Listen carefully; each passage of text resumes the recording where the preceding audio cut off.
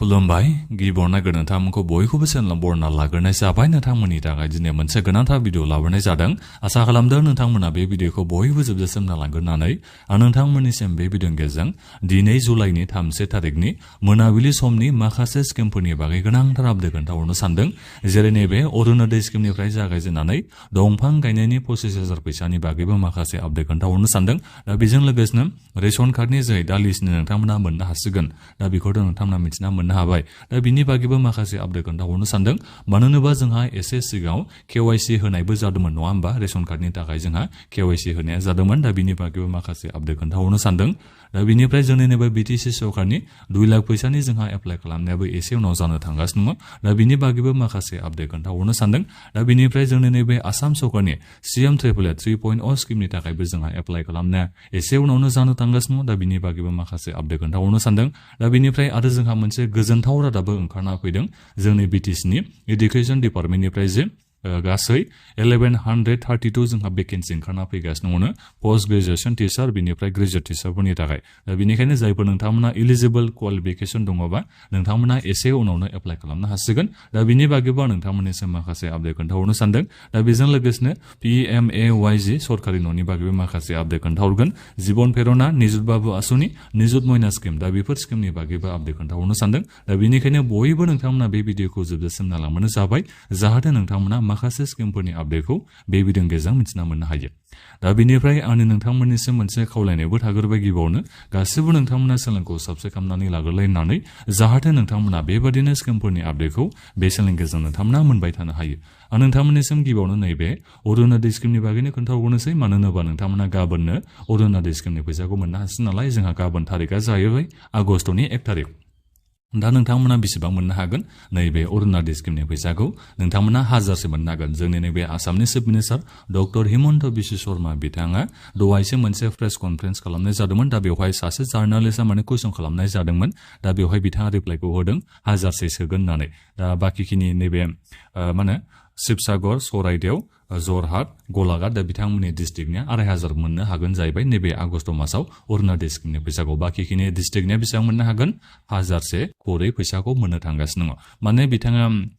माने उल्थां फाल्थां सिगाङाव बाथ्राखौ बुंबाय थादों होननानै बेखौ बुंनो नांगोन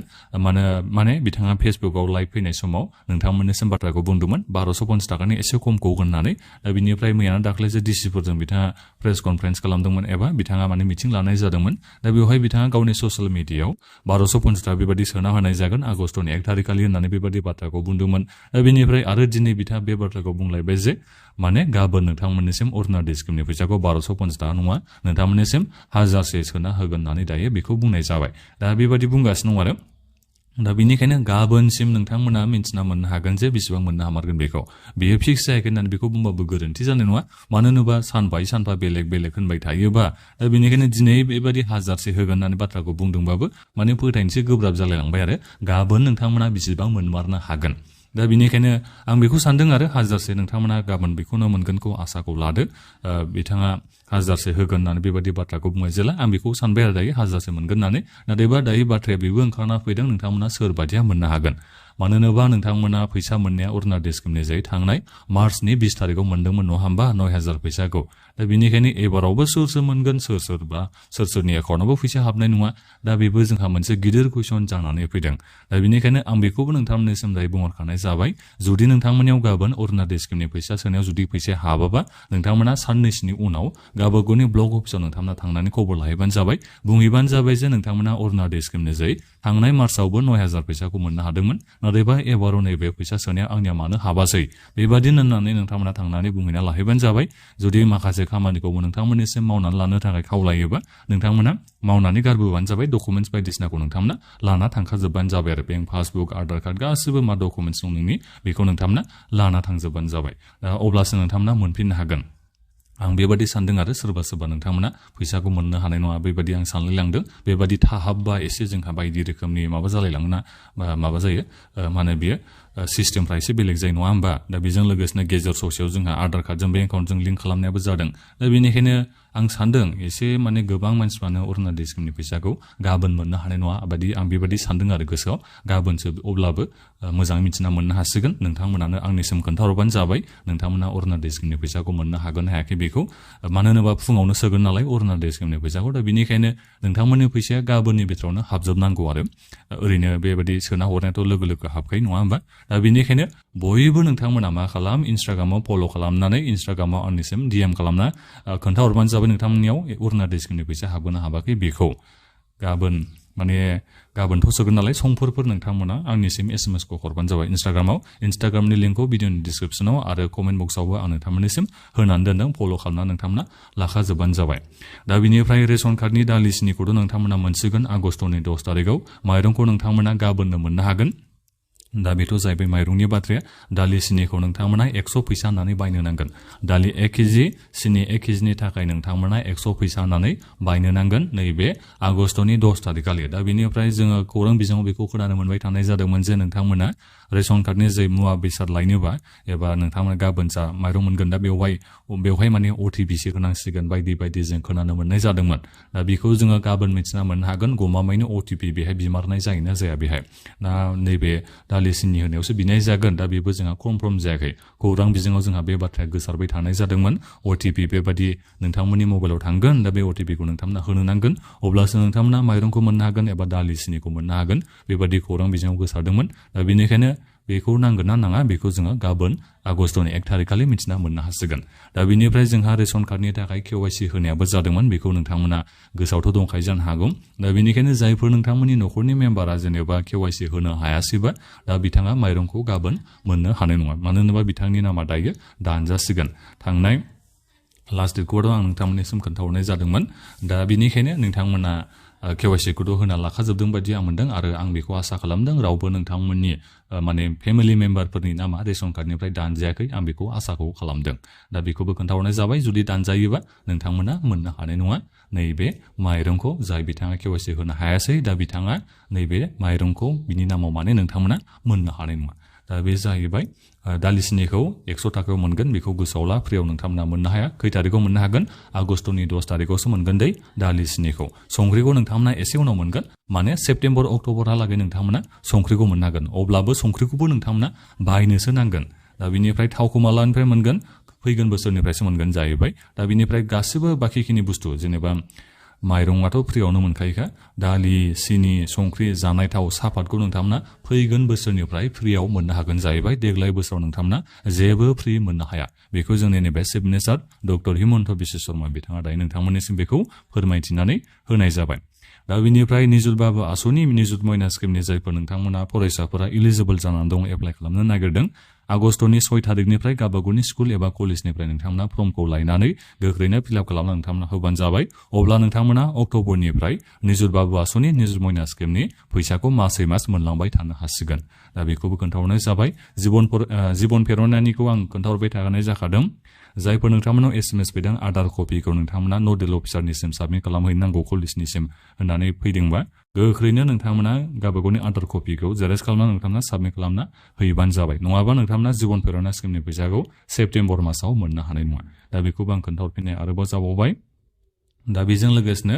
आं नोंथांमोननिसिम दायो बेखौ खोन्थाहरनो सानदों नैबे दंफां गायनायनि 25,000 फैसा दा चिफ मिनिस्टार बिथाङा बेहाय एसे बाथ्राखौ दहाय बुंदोंमोन आरो प्रेस कनफारेन्स बिथाङा खालामनायाव दा बेवहाय जाय जायगायाव जोंहा दा मोनब्रै डिस्ट्रिक्टआव दैबाना जायाखै होनबा दा बे मोनब्रै डिस्ट्रिक्टनिया जायफोर बिथांमोना 10,000 फैसाखौ मोननानै जेनेबा सोरबा बोरमा बायदोंमोन सोरबा मोसौ फिसिदोंमोन सोरबा अमा फिसिदोंमोन दा जिखियानो जा बिथांमोना खामानिखौ मावदोंमोन दा बिथांमोननिखौ दायो एसेसमेन्ट खालामफिननो नागिरदों आरो दा बिथांमोननि माइल बायनायफ्रा जुदि दैबानाजों नस्थ' जाजाबायबा दा बिथांमोननिसिम फैसाखौ हरफिनगोन बायदिखौ बे बाथ्राखौ बुंदों आरो 10,000 फैसाखौ दा बेजों लोगोसेनो बेहाय 25,000बो बाथ्रा ओंखारना फैदोंमोन दा बे 25,000 फैसाखौ उनाव होगोन बेबायदि जोंहा बाथ्राया ओंखारना फैखादों दा बेनिखायनो फैगोन बोसोरावथ' मोनखाया होननानै आं नोंथांमोननिसिम बेखौ बुंहरबाय थाखादों दा 100% सानना लाखादों नोंथांमोना देग्लाय बोसोराव दंफां गायनायनि 25,000 फैसाखौ मोननो हानाय नङा होननानै नाथायबा खामानिया हले जागोन दै 25,000 फैसानि थाखाय माखासे खामानिया जागोन नाथायबा फैसाखौ माब्ला मोननो हागोन देग्लाय बोसोरनि उनाव होननाय लोगो लोगो फैगोन बोसोरावबो नोंथांमोना मोननो हागौ नङाबा आरोबाव फैगोन माने बोसोरनैसो उनाव मोननो हागौ बेबायदि बाथ्राया जानानै दं आरो दा जेखायनो जा मानो मोनगोन बेखौ माब्ला होगोन जोंनि नैबे आसाम सरकारासो दायो मिथिसिगौ फैगोन इलेक्सननि सिगांसो होगोन ना मागोन दा बेखौ जोङो जेबो बुंनो हाला दै बे सरकारनि आखायाव थाहैबाय नाथायबा दंफां गायनायखौबो जागोन होनना खोनानो मोननाय जादोंमोन गाबोन 1 थारिखनिफ्राय नाथायबा जाबादि दायो जागासिनो दं आं बेखौ सानदों नैबे अमृत बृक्षा आन्दलननि दंफां गायनाया गाबोननिफ्राय जानाय नङा बादि आं बेखौ नुहुरदों आरो आं बेखौ मिथिना मोननो हानाय जादोंमोन डिसि बिथांमोना सावरायनाय जानायखौ आं नुनो मोननाय जादोंमोन आगष्टनि 1 थारिखनिफ्राय अमृत बृक्षा आन्दलन दंफां गायनायनि प्रग्रामखौ लानाय जादों शिडिउल खालामनाय जादों होननानै बेखौ मिथिना मोननो हानाय जादोंमोन नाथायबा बेखौ दायो एक्सटेन्ड खालामबाय बायदि आं मोनदों मानो होनोबा गाबोन नोंथांमोननिसिम अरुणोदय स्किमनि फैसाखौबो सोहरनाय जागोन आरो बेजों लोगोसेनो जोंहा दायो गोबां दैबानानि थाखायबो एसे माबा जागासिनो दं नालाय दा बेनिखायनो आं बेखौ सानदों एसे उनाव बे दंफां गायनाया जासिगोन बायदिखौ नङाबाथ' दायो दंफांफोरखौथ' नोंथांमोना मोनलायलांसिगौमोन नङा होमबा दा बेनिखायनो आं सानदों आरो एसे उनावसो जासिगोनखौ नैबे अमृत बृक्षा आन्दलननि जोहै दंफां गायनाया जाय दंफां गायनायखौ नोंथांमोना माने सेल्फ हेल्प ग्रुपनि मेम्बारफोर नोंथांमोना गासिबो गायजोबनो नांगौमोन दा बेनि बागै आं नोंथांमोननिसिम एसे उनाव खोन्थाहरफिनसिगोन जेब्ला जायो नैबे दंफां गायनाया आं बेखौबो बुंहरखानाय जाबाय दा बेजों लोगोसेनो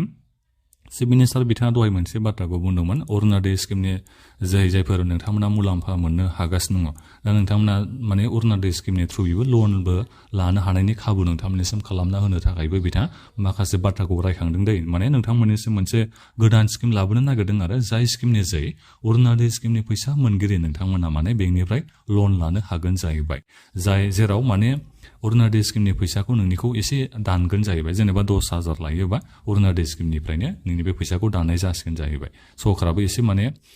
माबागोन जाहैबाय बेबायदि बाथ्राखौ बुंदों आरो मोजाङै फिक्सडै बिथाङा मोजां बाथ्राखौ बुङाखै दा जेखायानो जाया मानो बिथाङा माबायदि स्किम लाबोनानै अरुणोदय स्किमनि मुलाम्फा मोनगिरि नोंथांमोननिसिम लन लानो थाखाय खाबुखौ होनाय जागोन अरुणोदय स्किमनि जोहै दा बेखौ जोङो एसे उनावसो मिथिना मोननो हासिगोन जेब्ला बे स्किमखौ जोंनि चिफ मिनिस्टार बिथाङा लन्च खालामो अब्लाबो नोंथांमोननिसिम बेखौ एसे खोन्थाहरनाय जाखाबाय आरो मानो होनोबा चिफ मिनिस्टार बिथाङा गावबो एसे बुंस्रोबाय नालाय दा बेनिखायनो आंबो नोंथांमोननिसिम दायो बेखौ बे भिडिअनि गेजेरजों खोन्थाहरनाय जाबाय दा बिनिफ्राय PMAYGनि जोंहा सरकार न'नि